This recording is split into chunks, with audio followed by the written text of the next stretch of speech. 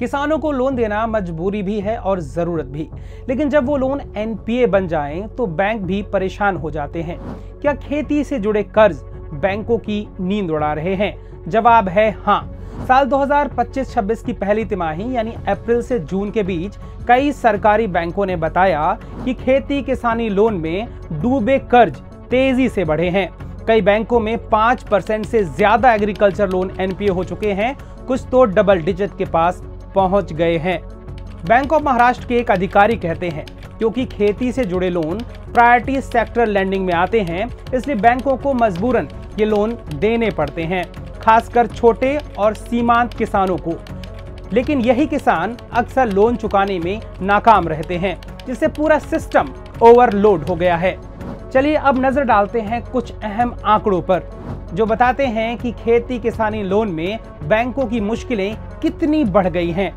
Bank of Maharashtra के agree loan NPA 2512 crore रुपए से बढ़कर 3166 करोड़ रुपए हो गए हैं। यूको बैंक का फार्म लोन एनपीए रेशियो 10.81% तक बना हुआ है। आरबीआई की रिपोर्ट के मुताबिक सितंबर 2024 तक एग्रीकल्चर सेक्टर का ग्रॉस एनपीए रेशियो 6.2% था, जो सभी सेक्टर्स में सबसे ज्यादा है। मतलब साफ है, किसान लोन तो ले रहे हैं लेकिन चुकता नहीं कर पा रहे हैं और इसकी वजह से बैंक भी अब सतर्क हो गए हैं। अब सवाल ये उठता है, अगर जोखिम इतना बढ़ रहा है तो क्या बैंकों ने खेती किसानी लोन देना कम कर दिया है? आंकड़े कुछ ऐसा ही संकेत दे रहे हैं।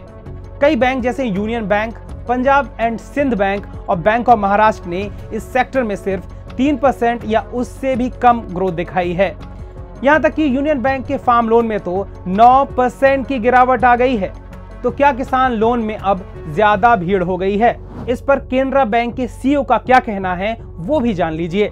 केनरा बैंक के सीईओ के सत्यनारायण राजू कहते हैं, किसान क्रेडिट कार्ड आज हर बैंक ऑफर कर रहा है, इसलिए इसमें अब थोड़ा सैचुरेशन आ गया है, लेकिन ग्रामीण इलाकों में अभी भी नए कर्जदार मिलते रहेंगे। जहां तक लोन डूबने यानी स्लिपेज की बात हो तो वो जरूर होते हैं, लेकिन हम उन्हें अपने रिस्क लिमिट के भीतर संभाल पा रहे हैं। लेकिन इस पूरे तनाव के माहौल में एक ऐसा बैंक भी है जिसने न सिर्फ खेती से जुड़े लोन बढ़ाए हैं, बल्कि डूबे कर्ज यानी एनपीए को भी काबू में रखा है। बैंक ऑफ बड़ौदा ने बाकी बैंकों से अलग प्रदर्शन करते हुए इस सेक्टर में जबरदस्त मजबूती दिखाई है।